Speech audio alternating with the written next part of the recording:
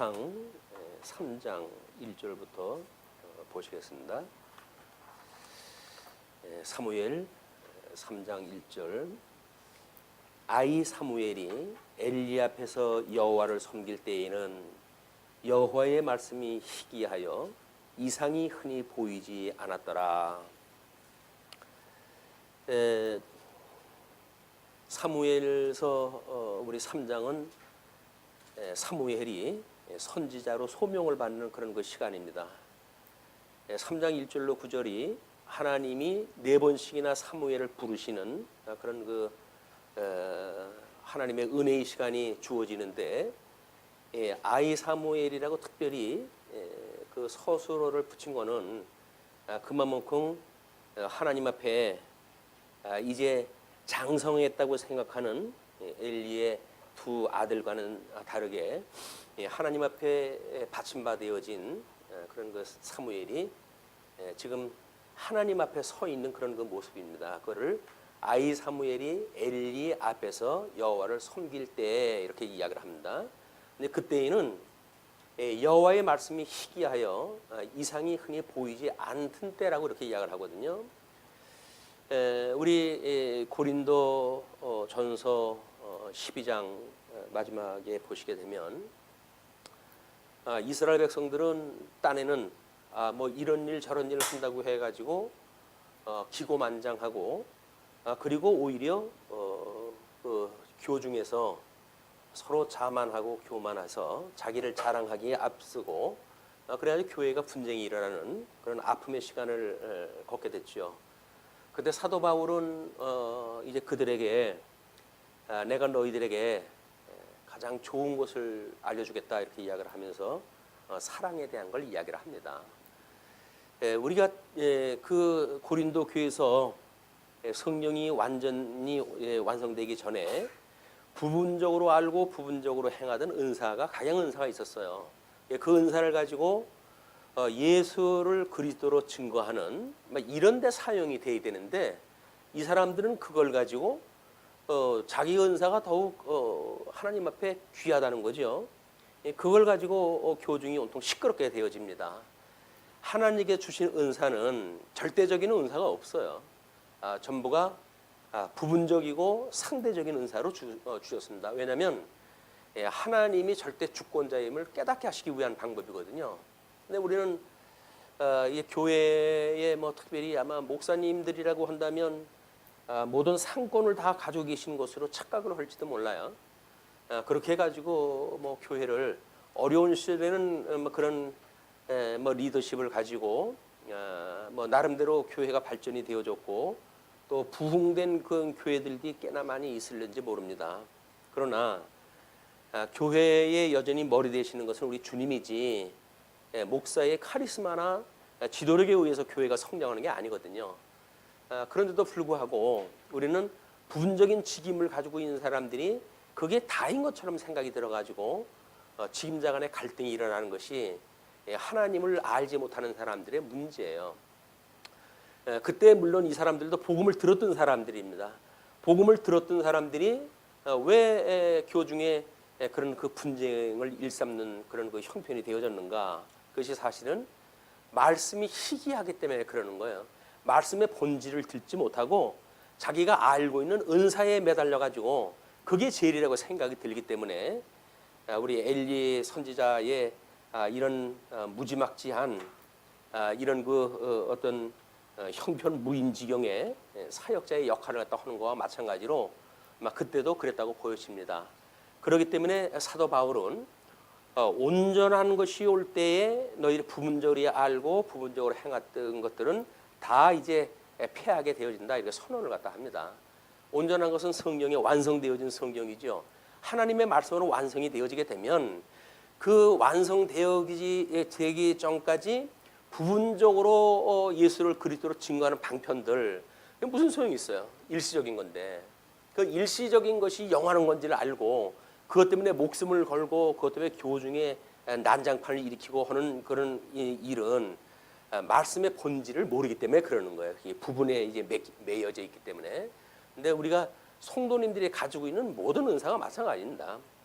시간을 따라서 변할 수밖에 없고 때로는 뭐 형편에 따라 가지고 그걸 하나님 앞에 은사 실현하다 할 수 있는 형편이 되기도 하고 안 되기도 하는데 그런 그 일이 마치 내가 하는 그런 그 은사가 다라고 생각이 든다든지 제일 간다고 생각한다든지 하는 그런 그 일은 우리가 하나님의 말씀이 무엇인지 모르기 때문에 오는 현상이거든요.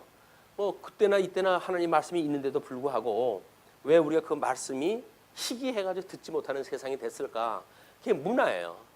우리 교계의 그 문화가 그렇게 어떤 나름대로 사람들이 가지고 있는 욕심을 따라 가지고 교회가 만들어지는 것처럼 대형화를 꿈꾸고 또는 뭐 많은 성도들이 구름대같이 몰리는 그런 그 교회를 꿈꾼다고 한다면 그런 분들은 말씀이 필요가 없습니다. 그리고 자기의 수단만 동원이 되어지는 거예요. 자기 경험만 동원이 되어지는 거예요. 그래가지고 결국은 아픔에 우리가 뭐 당하는 여러 그 교회가 있듯이 이때 사무엘이 지금 하나님 앞에 섬길 때 그때의 상황이 그래요. 하나님은 여전히 계신데도 불구하고 하나님의 말씀이 희귀해가지고 이상이 보이지는 않습니다. 이상이 보이지는 않으니까 육적 계시 방법으로 주셨던 이때에 하나님의 뜻을 물을 수가 없어요. 물어도 하나님 대답을 갖다 안 하니까 이미 하나님께서는 외면을 갖다 하신 거죠. 너희들은 이제 용도 폐기다 그 이야기거든요. 그 용도 폐기라고 하는 것을 우리 고린도전서에서 사도 바울은 이렇게 이야기를 합니다. 9장 24절에서부터 운동장에서 다름질하는 자들이 다 달릴지라도 오직 상을 받는 사람은 한 사람인 줄 너희가 알지 못하느냐. 너희도 상을 받도록 이와 같이 다름질하라. 이기기를 다투는 자마다 모든 일에 절제하나니 그들은 썩을 승리자의 관을 얻고자 하되 우리는 썩지 아니할 것을 얻고자 하노라. 그러므로 나는 다름질하기를 향방 없는 것 같이 아니하고 싸우기를 허공을 치는 것 같이 아니하며 내가 내 몸을 쳐 복종하게 함은 내가 남에게 전파한 후에 자신이 도리어 버림을 당할까 두려워함이로다. 사도 바울이 예정론을 몰라가지고 이런 걱정하는 게 아니죠. 이거는 구약성경서부터 신약성경까지 끊임없이 경계되어지는 일입니다. 하나님이 모세오경의 그 언약대로 해가지고 이제 하나님의 나라에 입성을 하게 하잖아요. 하나님 나라를 이제 구성하고 살아가게 하시는데 여기 들어갈 때 뭐 성경에는 천만인이라고 이렇게 이야기합니다. 천만인이라고 하는 뭐 이런 어떤 수식어는 대단히 많은 그 사람이라고 이제 표현하다 하는 건데 이런데 여기서 구원을 받는 사람은 남은 자에 해당되어지는 이 사람들만 하나님의 이 나라의 회복에 참여하는 자들이에요. 수많은 사람들이 뭐 우리가 초청을 받았을지라도 우리가 하나님 앞에 부르심을 입는 자, 정말 하나님과 우리가 한 몸이 되어져 가지고 예수 그리스도의 기초 위에 세워진 교회의 사역자로 우리가 쓰임을 받는 자들은 극소수라는 거예요. 지금 뭐 천만인이 모이고 뭐 수만 명이 모이는 교회가 된다면 무슨 소용이 있습니까?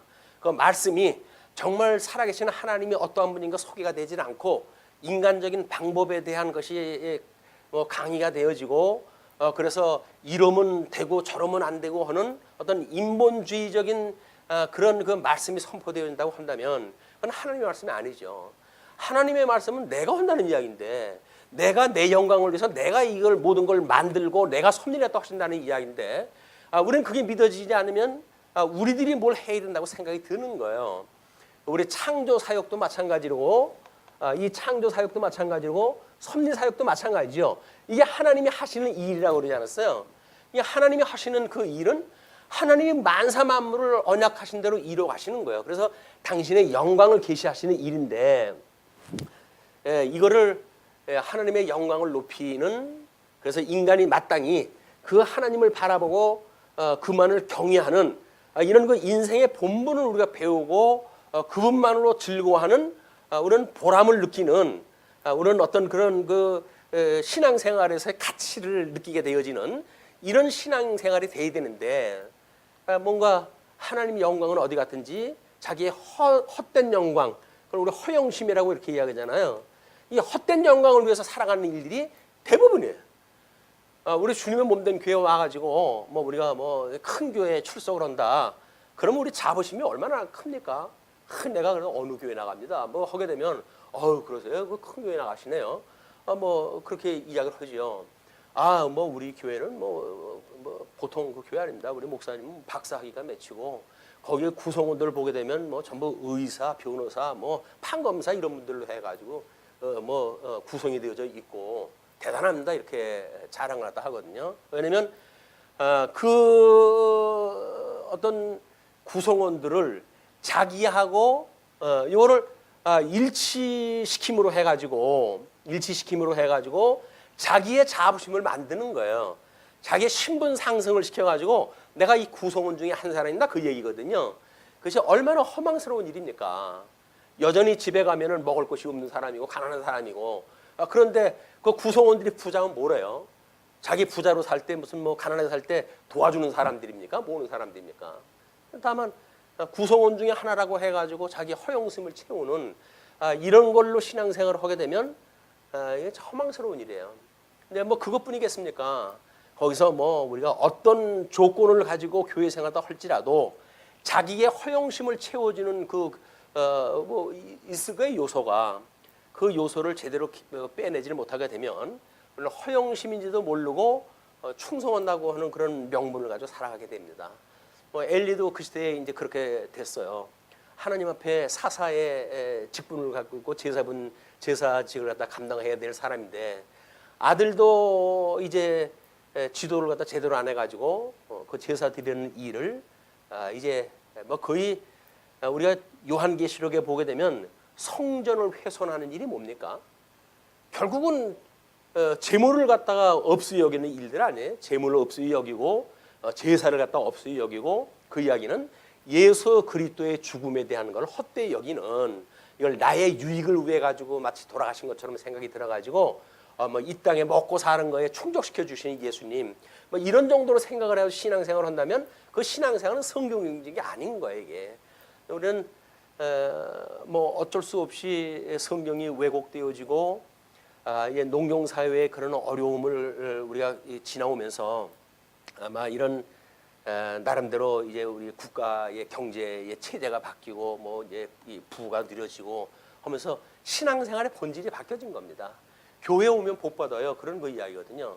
복 있는 사람이 교회에 들어오는 거지 교회 들어온다고 해서 복 받는 게 아니거든요. 근데 우리는 그렇게 사람들한테 이야기를 해요. 전도를 갖다 할 때 예수 믿고 복 받으세요 이렇게 이야기하다 하는데 예수 믿고 복 받는 것이 아니라 복 있는 사람이 예수를 믿을 수 있는 겁니다. 아무나 예수 믿는 게 아니에요. 그러니까 자기 신분이 뭔지를 모르니까 예수 믿으면 복 받는다고 이야기하는 거예요. 근데 예수를 아무나 믿고 아무나 믿어가지고 복 받는다고 한다면 뭐 다른 종교가 지향하는 거고 다를 바가 뭐 있어요? 똑같이 전부 종교 행위로 전락이 되어져 가지고 이것이 현재 우리 아픔의 현장이라고 보여집니다.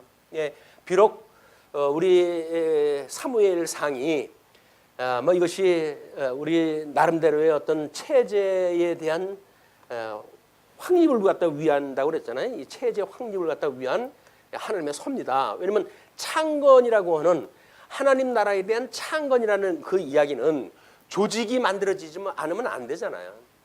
우리가 태아가 이제 뭐 잉태가 될 때도 점점 세포가 분열되어지고 그리고 시간이 가면서 만들어지는 것이 뼈가 구성되어지는 일들이에요.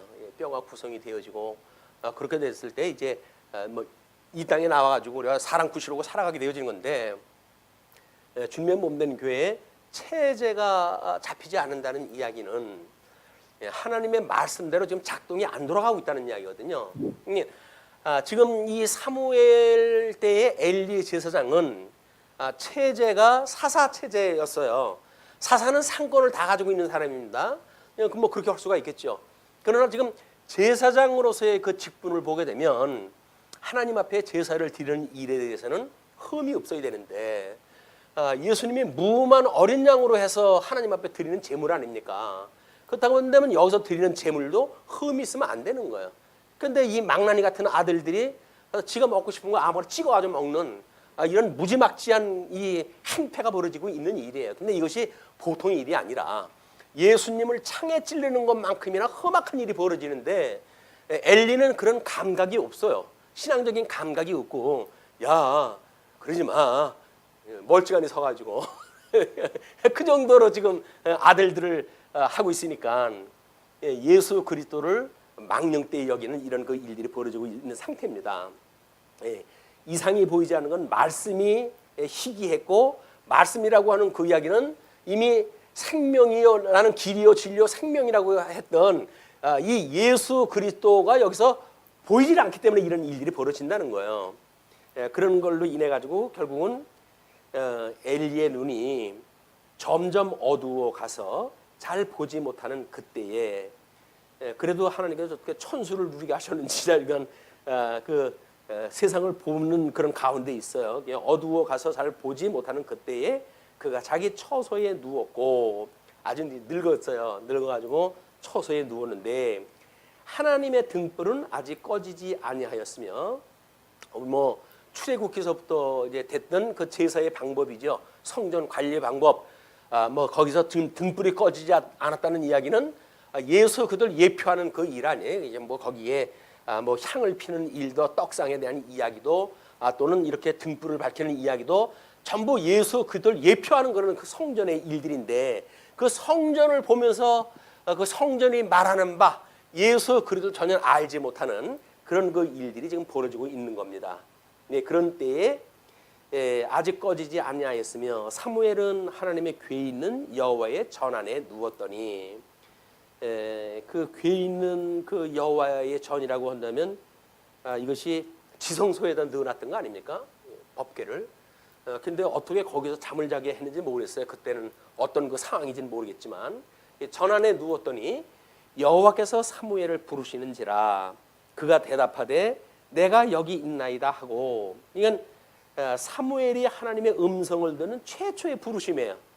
그러니까는 뭐 바깥에서 엘리 할아버지가 그러는가 보다 이렇게 생각이 들어가지고 여기 있나이다 하고 엘리에게로 달려가서 이르되 당신이 나를 부르셨기로 내가 여기 있나이다 하니 그가 이르되 나는 부르지 아니하였으니 다시 누우라 하는지라 그가 가서 다시 누웠더니 뭐 엘리가 잠결에 베란간 사무엘이 오더니 불러가지고 왔는데 왜 부르셨어요? 라고 이야기하다 하니까 난 너 부르지 않았는데 네가 잘못 들었나 보구나. 그럼 다시 가서 누워라 라고 이야기하다 했어요.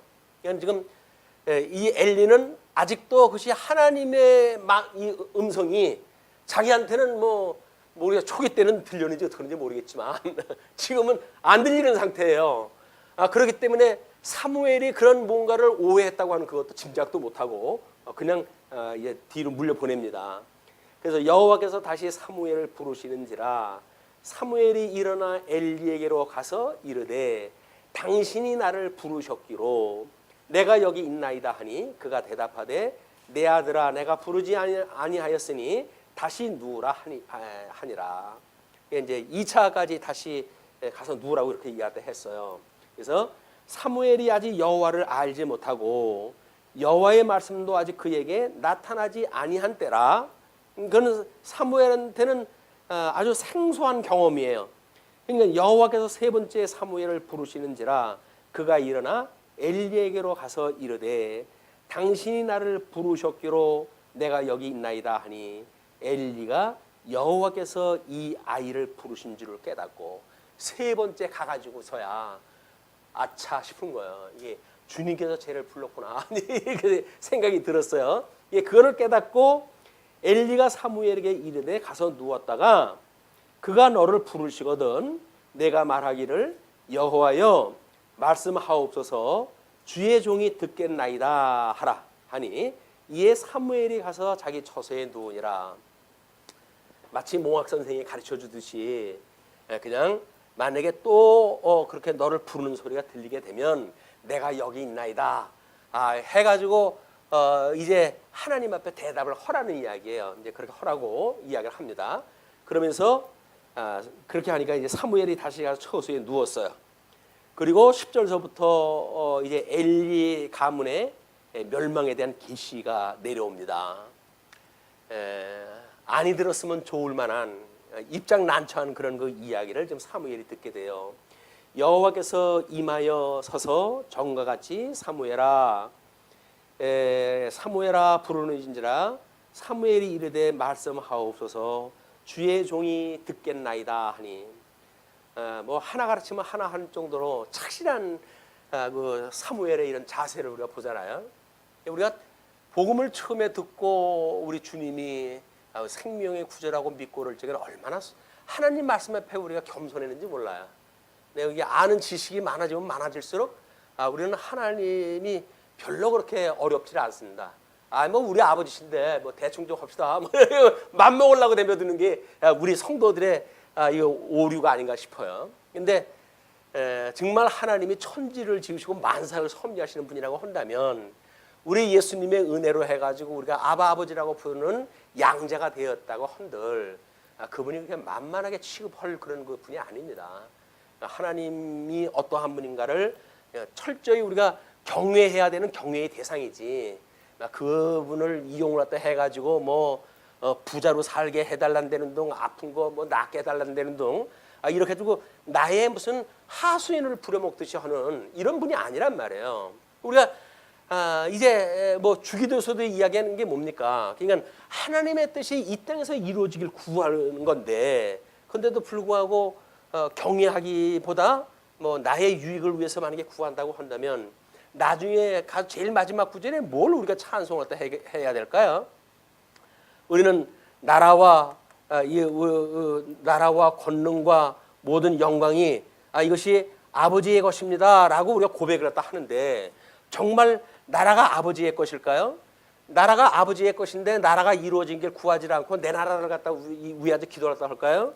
또 권능이 아버지한테 있는데 나한테 다른 권능을 달라고 해가지고 내 유익을 위해 가지고 우리가 써먹을까요?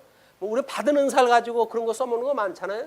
병 고치는 은사를 받았다고 해가지고 뭐 다른들 머리에다 그냥 머리 툭툭 치고 해가지고 돈 걷어들이는 일들 전부 거기에 해당되는 일이에요. 뭐 예언 좀 한다고 해가지고 그런 것이 지금 뭐 통하지 않는 그런 시대지만 그렇게 해가지고 주저리 떠들고 돈 받아먹고 무슨 점쟁이들이 그렇게 하듯이 하나님을 그런 종류로 이해를 한단 말이에요. 그리고 영광이 하나님 앞에 있다고 그러는데 그 영광을 우리가 경외하는 것이 아니라 나의 헛된 영광을 추구하는 이런 삶을 사는 것이 왜곡되어진 신앙생활을 해가는 전형적인 종교행위들입니다. 이게 종교행위. 정말 우리가 신앙생활을 한다고 하면 우리는 하나님으로 우리 주 예수 그리스도로 말미암아 지족함을 배우고 그래서 이분이 지족함으로 우리 하나님을 경외하는 여기에 삶을 사는 거거든요. 아까 쉬는 시간에 우리 집사님하고 신앙 고백 쪽으로 그런 이야기를 했어요. 여러 가지 걱정 안 주고 먹을 거리 하나 가지고 걱정 주시니까 얼마나 다행이야. 그랬다고 그래요. 그렇습니다. 우리가 하나님께서 받은 것만큼 책임이 따르는 일이 아니에요. 그걸 뭐 이제 외국에서는 문화적으로 해가지고 뭐 이제 사회 반환이라든지 뭐 이런 걸 문화로 해가지고 사용을 또 합니다만은 가지고 있는 게 다 책임이에요. 이건 우리한테 없어가지고 먹을 거 한 가지 가지고 걱정을 한다고 한다면 그거 한 가지만 고민하면 될 거 아니에요. 제일 급선무가 그거니까. 근데 거기다 그거 채워지면 다른 걱정이 없을까요? 그 집사님 그 예로 해가지고는 한도 없고 끝도 없다고 그러더라고요. 무적행이요, 그게. 무적행. 아무리 하나님께 우리한테 주어도 다고다고 해도 끝이 없고 한이 없는 거예요. 우리 그 선지서의 이야기들처럼 다고다고 하는 이런 그 거머리에 대한 이야기라는 이런 것들이 얼마나 인간의 탐욕이 끝이 없는 건가. 이것이 우리 세계를 지금까지 발전을 시켜왔어요. 발전이 되어질 때는 발전이 되어져 왔는가 싶었는데 되돌아서 가지고 보니까 뭡니까? 망하는 길로 가는 길로 온 거 아니에요. 결국은 자연 과학으로 그때서부터 망하기 시작을 한 거예요. 뭐 전기기관 발전시켜 가지고 이 생산품 자동화를 갖다 만들기 시작하고 기선으로 해가지고 외국 침략하기 시작을 하고 이렇게 해가지고 제국주의가 만국을 갖다 괴롭히고 이런 시대가 이 현대가 온 거 아닙니까? 그러니까 결국은 인간이 한다고 하는 일은 바벨탑을 쌓는 사건이지 하나님 앞에 영광 돌리는 일을 하는 거 아무도 없어요. 그 뭐 11조를 내 가지고 부호가 되었다고 하는 그 사람도 11조를 낼 만한 그 돈을 갖다 보는 현장에 가게 되면 그 현장에 어린 아이들 전부 착취하는 겁니다.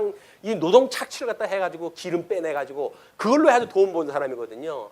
하나님 앞에 얼마나 돈이 벌리는지 11조만 내는 그 계산을 갖다 하는 회사를 따로 차려야 되잖아요. 너무 돈이 많아도 계산이 안 되는 거예요. 회사를 차려가지고 얼마나를 드리는 것이 하나님 앞에 드리는 11조가 되는지 계산을 갖다 해라.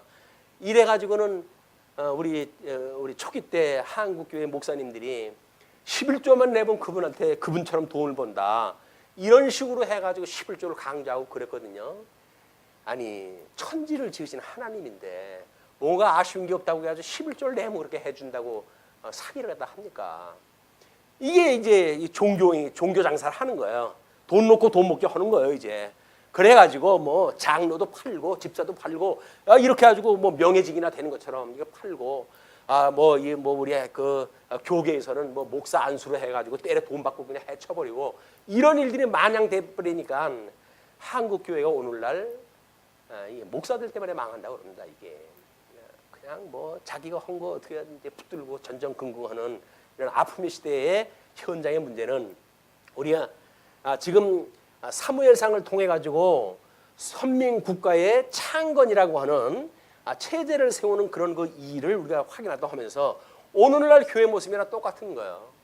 그래서 이제 뭐 우리 노예에서 임직이 있고 그러는데 그걸 준비를 하면서 이 말씀을 소개하려고 그래요. 이제 그래가지고 하나님께서 우리한테 어떤 권능을 주었는지 그래서 그런 주님의 몸된 교회를 위해서 섬기는 일을 하라고 권능을 줬더니 그게 완장인 줄 알고 갑질을 갖다 해대고 뭐 이렇게 하니까는 성도들이 아파하고 괴로우고 그러는 거예요.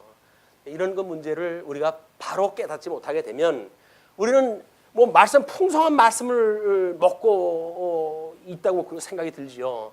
그러나 그 말씀이 작동이 안 된다고 한다면 말씀이 희귀한 시대에 우리가 살고 있는 거나 똑같아요.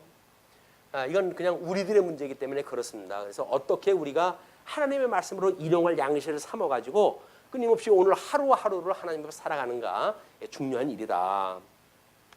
그런데 이제 여호와께서 사무엘에게 이르시되 보라 내가 이스라엘 중에 한 일을 행하리니 이게 표적을 지금 보여주겠다는 이야기죠. 그것을 듣는 자마다 두 귀가 울리리라. 여지껏 없었던 사건이 천지가 개벽할 일들이 벌어지는 거예요. 그러니까 모든 듣는 자마다 두 귀가 울리리라. 내가 엘리의 집에 대하여 말한 것을 처음부터 끝까지 그날에 그에게 다 이루리라 라고 해가지고 뭐 엘리의 가정, 그 제사장 가정에 대한 걸 이야기를 하지만 결국은 이 엘리의 집은 우리 성전을 섬기는 일을 갖다 하는 일이고 이 엘리 일이에요. 이 엘리 제사장의 일이에요. 엘리 제사장이 있는 가문의 일, 이것이 뭐 엘리 가문에 대한 일이죠. 이게 확장되어지면 뭡니까? 이게 지금 창건이 되기 전에 그때 아직 무조직으로 있는 그 나라, 그 나라의 형편이에요. 이게 나라가 어떤 일이 벌어질 거를 지금 이야기를 하는 겁니다. 그렇기 때문에 엘리의 불순종은 성전을 무시하는 일이고 성전을 무시하는 그들의 가문과 함께 그 일을 사역을 감당하지 못하는 일이고 그건 결국 하나님 나라의 일을 이제 훼손하는 일이 되어져서 결국은 우리 성막 빼앗기는 일에 엘리 가정 완전히 다 멸절당하는 일에 거기다가 나라는 이제 그 블레셋하고 전쟁을 통해 가지고 아픔을 또 맛보게 되어지는 이런 걸로 확장되어진다. 이게 구성원 하나가 잘못되어진 것 같지만 이거는 그분의 어떤 역할이냐에 따라서 파급 효과가 커지는 거예요. 이게 그래서 교회 뭐 목사, 장로, 집사 이거 제 직원으로 주셨는데 그 세 직원의 어떤 체제가 교회 체제가 제대로 작동을 안 하게 되면 그거는 주님의 몸된 교회가 결국은 아픔을 겪게 되는 데까지 간다. 그런 그 그림으로 이걸 볼 수가 있습니다. 그러면서 내가 그 집을 영원토록 심판하겠다고 그에게 말한 것은 그가 아는 죄악 때문이니 이는 그가 자기의 아들들이 저주를 자청하되 금하지 아니하였음이라. 얘는 이 지금 엘리는 아들들이 그렇게 성전 제물에 대한 거를 뭐 이 값없이 여기는 이런 그 일이 결국은 아들이 죽게 되어지는 일을 스스로 자청을 한 거예요. 근데 이것이 엘리가 아들이 마땅히 하나님 앞에 심판을 받아 죽을 일을 갖다 했는데도 불구하고 혈육의 지정이 이 영적으로 해가지고 그 아들이 죽는 일을 멀리하게 되어진단 말이에요. 이게 우리가 뭐 요즘 교계의 뭐 세습 문제라든지 이런 것도 마찬가지예요. 친족을 통해 가지고 주님의 몸된 교회가 세워진다는 이야기는 교회 주인이 어떤 분인지를 모르기 때문에 나타나는 현상 아닙니까? 모든 교인이 하나같이 이야기를 합니다. 뭐라고요? 그분한테 맡기는 것이 그래도 교회가 살아남는 일입니다. 그렇게 이야기를 하거든요. 몰라요. 그 뭐 껍데기만 있는 그 교회가 있을는지는 모르겠죠. 그러나 하나님의 말씀이 없고 하나님의 그런 그 생명이 없는 나라라고 한다면 그건 이미 교회가 아니죠. 이런 그 문제가 신령한 세계가 보이지 않는 사람들, 혈육적인 눈으로만 보이는 세계를 보고 판단하는 현실 문제와 하나도 다른 게 없다. 똑같은 현상으로 일어납니다. 그래서 그러므로 내가 엘리의 집에 대하여 맹세하기를 엘리 집의 죄악은 제물로나 예물로나 영원히 속죄함을 받지 못하리라 하였노라 하셨더라. 이는 이 제물로 해가지고 구원을 받아야 되는데 이걸 값없이 여긴다는 이야기는 이미 생명 얻기를 포기한 자의 일 아닙니까? 이걸 예수님께서는 나를 부정하는 일로 해서는 너희가 구원받을 수 있으나 성령이 오셔가지고 성령이 오셨는데도 불구하고 성령을 부정하게 되면 너는 구원받을 길이 없어 라고 하는 이야기나 똑같은 거예요. 우리가 하나님 앞에 정말 하나님이 우리를 어떤 그런 이 성도로 부르셨는가라고는 성도의 삶에 대한 문제는 우리 모든 신분에 대한 문제입니다. 신분. 이 신분은 하나같이 동등해요. 교회에 처음 들어오셔가지고 세례를 받은 분도 세례교인 중에 하나고 여기서 20년, 30년, 50년 동안 있던 우리 그렇게 일진에서 물러간 만약에 노장로님들이 계시거나 하더라도 똑같은 성도의 신분인 거예요. 이게 다만 다르다고 한다면 직임이 달릴 뿐입니다. 직임이 여지껏 우리 가지고 있는 여러 직임이 있으니까 신분은 같은데 직임만 다른 건데 우리는 직임이 우리의 신분인 걸로 오해를 하는 거예요. 그러니까 목사면 갑질할 수밖에 없죠. 자기 신분인지를 알고. 그냥 성도들의 신분은 왕 같은 제사장이에요. 다 왕 같은 제사장이고 그 중에 불러가지고 주님의 몸된 교회를 세우기 위해서 목사로 장로로 집사로 세웠다. 그러면 그것이 자기의 직임이니까 직임을 어떻게 한다는 이야기는 상대적인 일이에요. 절대적인 일이 아니에요. 우리 고린도 교회에서 방언을 갖다 하고 예언을 갖다 하고 했던 것처럼 이건 각양 다른 우리 그러잖아요. 그 은사도 하나고 직임도 하나고 이렇게 쭉 하나라고 그러잖아요. 이게 이 직임이 한 가지다. 그러니까 삼위일체 하나님 이거 주신 분도 하나님 한 분이라는 거예요. 한 분이니까 하나님의 선하신 뜻이 무엇인가를 알아서 그 뜻을 향해서 우리가 목표를 향해 가지고 이걸 해야지 향방 없이 만약에 우리가 그 얘기를 또 한다면 내가 쓰임을 받고 하나님의 버림을 받아라고 사도 바울은 자기를 갖다 고백을 갖다 한 겁니다. 그래서 향방 없는 일이 아니다. 끊임없이 이 온전케 하시는 예수 그리스도 이분을 바라보고 우리가 풋대를 향해서 다른 박질 치는 거지 그냥 아무런 방향성 없이 신앙생활 하는 게 아니란 말이에요. 자 그러면서 14절까지 그렇게 해서 속죄함을 받지 못하리라 하였노라 하셨더라. 15절서부터 18절까지 엘리에게 전한 계시와 엘리의 순복이라고 하는 그런 내용으로 소제목을 잡아놨어요. 사무엘이 아침까지 누웠다가 여호와의 집의 문을 열었으나 그 이상을 엘리에게 알게 하기를 두려워하더니 아인데도 이게 민망한 거예요. 이거 이야기를 하기는 민망한 거예요. 그러니까는 그 이야기하기를 두려워하더니 엘리가 사무엘을 불러 이르되 내 아들 사무엘아 하니 그가 대답하되 내가 여기 있나이다 하니 그가 이르되 내게 무엇을 말씀하셨느냐? 청하노니 내게 숨기지 말라. 내게 말씀하신 모든 것을 하나라도 숨기면 하나님이 내게 벌을 내리시고 또 내리시기를 원하노라 하는지라. 완전히 겁을 좀 버렸어요 이제. 지금 하나님은 이 엘리를 경고를 갖다 했는데 사무엘이 이걸 들은 거 아니에요? 근데 네가 이걸 정상적으로 고하지 않으면 이 화가 너한테 돌아갈 거야 이제 이렇게 이야기를 하는 거예요. 이게 우리가 복음을 증거한다는 이야기는 결국은 예수를 그리스도로 증거하는 일이지 허튼 걸로 해가지고 복음을 증거하는 일이 아닙니다. 뭐 예수를 믿으면 뭐 복을 받는다. 예수를 믿으면 뭐 아픈 데가 나은다. 예수를 믿으면 돈을 본다. 뭐 이런 식으로 해가지고 우리가 복음을 증거한 게 아니다. 표적적으로 해가지고 신약 성경이 완성되기 전까지는 사도들의 그런 은사를 줘가지고 그런 일이 실현됐죠. 그거는 우리 하나님께서 사도권을 부여해서 신약 성경이 기록되어지기까지 표적적인 허신 일로 충분하다.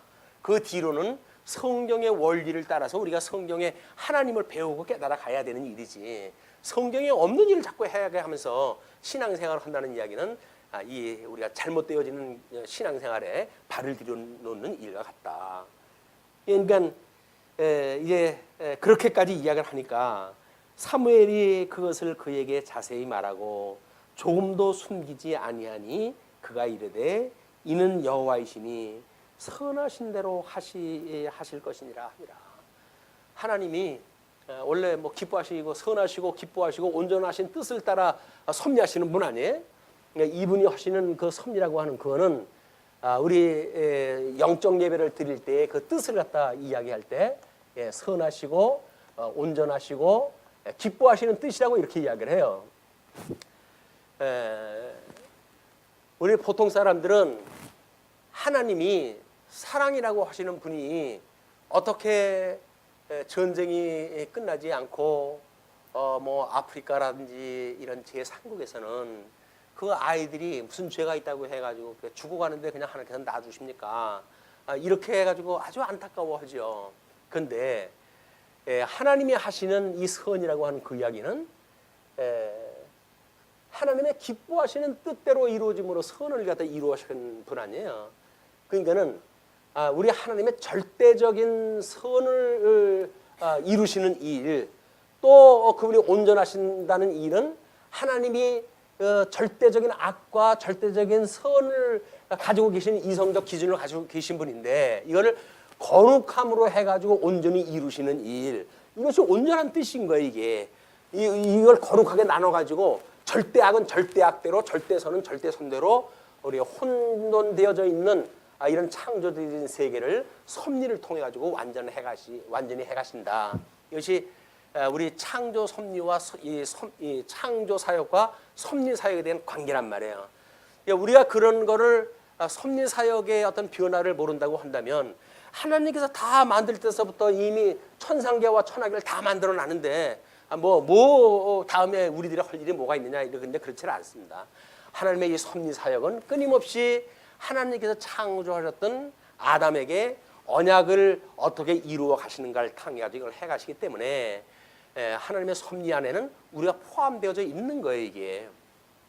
그래서 우리가 요한계시록 했을 때 14만 4천이라고 하는 그런 그 이야기는 무형교회로서의 창조 사역을 통해 가지고 계시되어진 성도 수를 이야기를 했고, 섭리 사역에서는 흰옷 입은 셀 수 없는 흰물이라고 이렇게 이야기를 하잖아요. 셀 수가 없어요. 왜? 아직 진행형이기 때문에 그렇습니다. 그래서 섭리 사역의 흰물이 그 이야기, 흰옷 입은 그 무리는 셀 수가 없는 지금 현재 유형교회의 성도들의 구원에 대한 걸 이야기하는 거다. 나중에 이게 일치가 되죠. 이제 온전히 이제 그 하나님 나라가 이루어질 적엔 그것이 일치가 되어지지만 섭리 사역을 끊임없이 이렇게 설명을 할 적에는 아직 과정형으로 설명이 돼야 되는 거예요. 섰다 함도 아니고 이루었다 함도 아닌 거예요. 우리는 끊임없이 지어져가는 성전으로서 어떤 신앙생활을 해 가느냐지, 나는 구원 받았어 라고 하는 걸로 끝나는 게 아니에요. 섰다 함도 아니고 이루었다 함도 아니라 그는 넘어질까 내가 조심함이라 이렇게 이야기하지 않습니까? 그 이야기는 이 섭리 사역에서는 완전한 게 없는 거예요. 완전히 끝난 게 없어요. 요한계시록 이제 그 하나님 나라가 올 때까지 이 섭리 사역은 계속되어져 가는 일이다. 그렇기 때문에 성도의 삶의 문제는 우리 육신의 장막을 벗을 때까지 계속되어져 가는 거예요. 구원받았다. 이제 하나님 아들 됐어. 아니 뭐 이제 하나님의 아들인데 무슨 뭐 하나님 아들이 잘못했다고 해가지고 호적에다 파내겠어? 이런 그 생각은 잘못되어진 생각이란 말이에요. 왜? 자기가 하나님의 아들이라고 인정한 거지 하나님이 너는 내 아들이라고 한 적이 없어요. 자기가 그냥 그렇다고 우기는 거지. 만약에 우리가 하나님을 아버지라고 정말 믿어지는 사람은 그렇게 살 수가 없습니다. 왜? 은혜를 깨닫고 살아가는 사람들이기 때문에 그럴 수가 없는 거예요. 성도들은 끊임없이 깨어 근신할 수밖에 없도록 하나님의 섭리를 갖다 해가신다. 그게 남은 자, 요한계시록에서는 이기는 자에 대한 하나님의 그 섭리라고 이렇게 이야기를 했어요. 그러니까 우리는 중간에 가정에서 하나님께서 버리지 않는다. 칼빈의 교리 보게 되면 성도의 견인이라고 나와 있는데 왜 그게 불확실하다고 이야기를 하느냐? 그 이야기는 그 견인이 불확실한 것이 아니에요. 견인까지 살아가는 성도들의 믿음이 불확실한 거지 성도의 견인이 불확실한 게 아니에요. 한번 구원받은 사람은 멸망받지 않습니다. 근데 가짜로 구원받은 사람이 자기가 구원받았다고 우기다가 멸망받는 걸 그거라고요. 그러니까 그거는 예정론을 갖다 오해하는 사람들의 이야기지. 성도의 견인은 신앙생활을 통해서 끊임없이 아직도 우리가 그분을 바라보고 온전케 하시는 분이라고 믿고 이 믿음을 따라서 죄의 사함을 받고 그거 아니에요? 우리 성령을 믿사오니 공교회와 성도의 교통과 그 다음에 사제와 부활과 영생을 믿습니다라고 우리가 신앙 고백을 하는데 교회와 교통이라고는 끊임없는 관계가 있는 거 아니에요. 그런데 이 사제를 갖다 믿는다고요? 이거를 우리가 겁을 갖다 하고 사제를 믿는다고요? 아니잖아요. 성령을 믿으면 성도의 교통이 있고 성도의 교통이 있다고 한다면 우리가 우리에게 죄 진 자를 사해 준 것처럼 우리 죄를 사해 주는 거예요. 그래야 우리 사제를 받죠. 그러니까 사도신경을 고백한다고는 단순한 통시적인 방법이라 할지라도 우리의 이 단순한 신앙 고백이라 할지라도 이런 논리에 따라서 우리는 끊임없이 우리의 죄를 용서해달라고 기도가 돼야 되는 거예요. 그때 사제의 용서함을 받고 기쁨을 느끼고 이 사제의 그런 환희를 느끼고 우리 예수님의 우리의 그런 사랑을 깨닫고 이런 것이 우리를 지탱을 갖다 해가는 일이거든요. 나는 주님께 사랑하는 것이 맞아. 내가 이렇게 잘못했는데도 불구하고 하나님 앞에 그 잘못을 구하니까 나를 용서하시는구나. 이런 믿음으로 해가지고 우리가 이 견인의 삶을 살아가는 거지. 아니 자기 하고 싶은 대로 하면서 하나님이 한번 구원시켰는데 뭐 멸망시키겠어? 라고 하는 논리는 자기 생각이에요. 하나님하고는 아무 상관없는 자기 생각인 거예요. 우리가 이 칭의와 성화에 대한 문제를 잘 조화를 못 시키게 되면 성도의 생활은 막가파 생활이 될 수밖에 없어요. 뭐 밀양이라고 하는 그런 그 영화처럼 아니 뭐 남의 아들 유괴해가지고 감옥에 들어간 사람이 복음 듣고 용서받았다고 해가지고 그 사람이 와가지고 한마디 잘못하는 사과 들으려고 갔더니 나는 하나님께 다 용서받았습니다. 그 애기 엄마가 그 돌아버릴 일 아닙니까? 이게 뭐가 잘못돼도 잘못된 거다고 생각이 드니까 교회 행사에 가가지고 깽판을 놓는 거예요. 그렇게 이게 어떤 그 감독자 한 사람의 문제가 아닙니다. 많은 사람의 공감을 일으킨다는 이야기는 한국교회 성도들의 삶에 뭐가 왜곡이 있다는 거예요. 예수를 믿는데 왜 저렇게 만들어졌지? 라고 하는 왜곡 현상이 사람들의 공감을 갖다 불러일으키고 있다. 근데 다른 사람 눈에 보이는데 우리 눈에 안 보인다고 한다면 뭐예요? 말씀이 희귀한 거예요. 하나님의 말씀이 우리한테 작동을 안 해요. 그런 게 분별이 안 된다. 말씀을 들을 때마다 우리가 책망을 받는다는 얘기는 얼마나 우리한테 기쁜 일인지 몰라요. 내가 살아있으니까 주님의 말씀이 책망으로 들어오지. 오전에 우리 집사님 기도처럼 말씀을 들었는데 책망이 안 들어온다? 그 이야기는 하나님의 말씀이 나오고 무관한 거예요. 그렇다고 한다면 뭐 생명의 말씀만 작동이 될까요? 책망의 말씀은 작동이 안 되고? 안 되죠. 회개가 한 이후에 우리 이 강구와 기도를 갖다 한다 그러잖아요. 강구와 기도를 갖다 하잖아요. 이게 회개입니다. 회개. 그리고 기도가 있는 거예요. 그러니까 하나님 앞에 강구, 우리 회개의 기도가 없이 하나님 앞에 뭘 다 하려고 하는 이야기는 다 부도예요. 우리 죄를 하나님 앞에 고해야 돼요. 그래서 내가 죽었던 거로부터 우리 주님이 살려줬다고 하는 나의 정체성을 다시 확인하고 그것이 필요하기 때문에 뭐 우리가 우리에게 죄진자를 사해 준 것처럼 우리 죄를 사해 주세요. 또는 우리의 시험에 들게 하지 말아 주세요. 우리를 악에서 구해 주세요. 라고 하는 기도가 가능한 거다. 이것이 아니게 되면 이거 구하는 것도 다 부도예요, 부도. 이 강구가 따라가지고 강구 이후에 기도가 되어진 거다.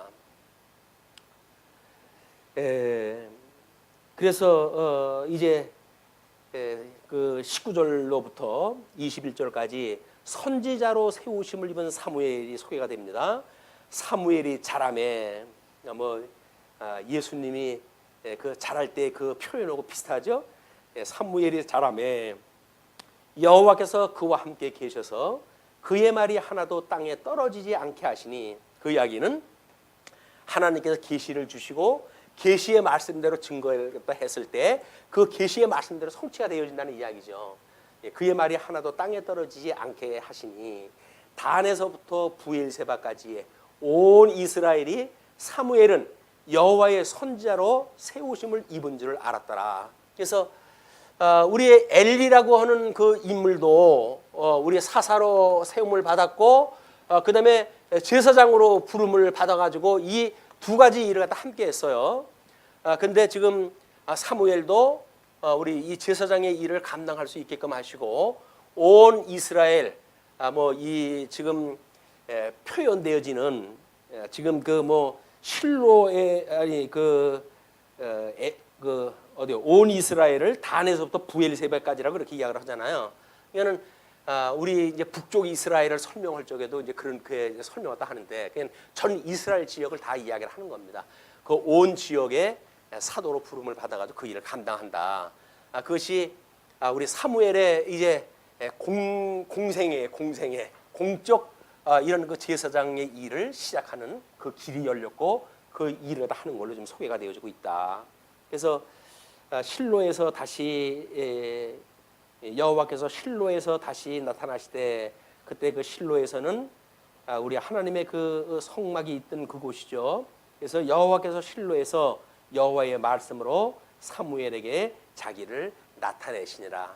계시가 임하기 시작을 했어요. 그래서 우리 성부 하나님의 그 영광의 본체 되시는 성부 하나님께서 영광의 광채로 예수 그들을 보내주시지 모형적인 그런 그 성령을 통해 가지고 하나님의 기름 부음 받은 자, 기름 부음 받은 자로 해가지고 사무엘로 하여금 이스라엘의 체제를 세우게 하시고 그래서 약속하셨던 하나님의 나라를 완성해가는 기초를 갖다 놓으시게 되어집니다. 그 기초에 의해서 이제 교회는 세워지죠. 다윗에 의해서 뭐 24 그런 그 어떤 그 뭐 그 섬기는 자들로 해가지고 찬양대라든가 제사장 그런 무리를 갖다 꾸리고 이런 그 조직들이 이루어지고 뭐 솔로몬 때에도 그런 것들이 이루어지죠. 그래서 창건의 완성은 이제 솔로몬 때까지 가야 이루어지지만 초석을 놓는 것이 지금 사무엘 사건으로 이루어지고 있다. 예, 우리 여호와의 말씀으로 사무엘에게 자기를 나타내시니라. 그 나타내신 것이 하나 떨어지지 않는다고 한다면 사무엘 때는 이제 주님의 몸된 교회에 온전한 기초를 갖다 세우게 되어지는 이런 체제의 기초가 되어지는 그거를 완성해 간다. 이 체제는 물론 지금 여기서는 제사장과 그다음에 사사로 불러졌지만 그때 이 사사는 3직을 다 가지고 계신 분이라고 했잖아요. 이걸 나누게 되면 이제 우리 선지직, 왕직, 제사직이라고 하는 이 세 가지의 직분으로 나뉘어지고 되어지는 거고 그래서 그때는 뭐 선지 역할을 제상도 이 제사 지는 일도 하고 선지를 갖다 일도 하게 되어지는데 이걸로 해가지고 결국은 각자가 선지자가 해야 될 일이 뭔지 왕의 그런 직분이 뭔지 또는 제사직이 하나님 기뻐하시는 제사직이 뭔지 이걸 통해 가지고 체제를 굳게 세워가는 그런 내용들을 우리가 확인하게 되어질 것 같습니다. 그래서 4장에 가게 되면 우리 사사의 세대 교체가 나오는데 세대 교체 우리가 뭐 제일 염려가 되어지는 것이 얼마 남지 않은 제가 제일 염려가 되지 않겠어요? 가르칠 적에는 이렇게 떠들고 가르치다가 은퇴했다고 해가지고 만약에 섬기는 일을 게을리 하게 되면 쓰임을 받다가 버림을 받는 그런 그 반열에 있을까봐 걱정할 정도로 기도를 갖다 해야 될 것이 아닌가. 성도님도 그걸 위해서 저를 기도를 갖다 해주셔야 돼요. 끊임없이 우리 사역 마치고도 하나님 앞에 선한 일 끊임없이 해가도록 했으면 좋겠다. 뭐 오래간만에 우리 통섭 성경개론을 갖다 소개했던 카페에 손님이 한 분이 왔어요. 그러면서 한심했던가 봐요. 들어와가지고 유튜브에서 자료를 찾다가 아유 성경 공부 여기서 하면 좋겠다 해가지고 들어와 봤는데 아니 어떻게 이렇게 썰렁합니까? 들어온 사람들도 별로 하루 뭐 며칠 없고 어떻게 이렇습니까? 그리고 어떻게 이런 일을 갖다 혼자 하십니까? 이제 그러면서 안타까움을 이야기를 하더라고요. 근데 그래도 어떻게 이 많은 일을 갖다가 혼자 이렇게 하시니 뭐 해가지고 이제 감사를 다 표하더라고요. 그래서 뭐 회원 관리도 안 하고 그냥 그럴 정도로 하기 때문에 그냥 혼자 견디고 있습니다. 그렇게 이야기를 했는데 모르겠어요. 그렇게 마음 먹고 들어와가지고 자료라도 뭐 유익하게 봐가지고 선한 일에 쓰이게 됐으면 얼마나 좋겠습니까? 많은 뭐 따내는 귀한 자료인데 자료라고 하는 것이 똑같은 자료는 아니잖아요. 근데 워낙 정보가 많은 시대이기 때문에 그것도 쉽지 않네요. 내가 그랬어요. 아무리 차별화되어져 있는 정보라 할지라도 보는 사람이 그걸 알아봐야 차별하지. 아, 이 집은 뭐가 이렇게 꼬이고 점점 힘들어지고 그러냐라고 싶으면 안 봐요. 요즘에 그렇게 뭐 이렇게 어떤 설명이 길고 그런 거 안 봅니다. 전부 단타만 보는 사람들 아니에요. 문자를 보내도 그저 몇 줄 안에서 그걸 읽지 5줄만 넓어서 그냥 문자 다 안 읽습니다. 뭐 그렇다니 얘기인가 제목만 보고 그냥 넘어가지. 그러니까는 우리 현대인들이 보는 세계는 긴 말에 대한 걸 별로 귀를 기울이지 않는 시대다. 그렇다고 해서 짧게 설명한다고 해가지고 할 수도 없고 예수천당 불신지옥 그것만 맨날 떠들 수도 없는 거고 이건 어쩔 수 없는 운명인 것 같아요. 이건 저희한테 주시는 시대적 환경이다. 많은 사람들이 듣기 좋다고 그쪽으로 갈 수만은 없다. 귀에 듣기 좋은 소리만 하는 건 말세적 증세이기 때문에 듣기 싫어도 저는 그냥 묵묵히 할 겁니다. 이렇게 시간 갈 때까지 할 거예요. 저 그만둘 때까지 이렇게 할 거고. 이제 다른 분 오시게 되면 어떻게 하는지 모르겠지만 저는 배운 게 이런 거기 때문에 이렇게 할 수밖에 없으니까 이해를 갖다 하시고 마지막 그런 그 시간이라고 할지라도 좀 더 가치 있는 시간이 되어줬으면 좋겠습니다. 예, 기도하실까요?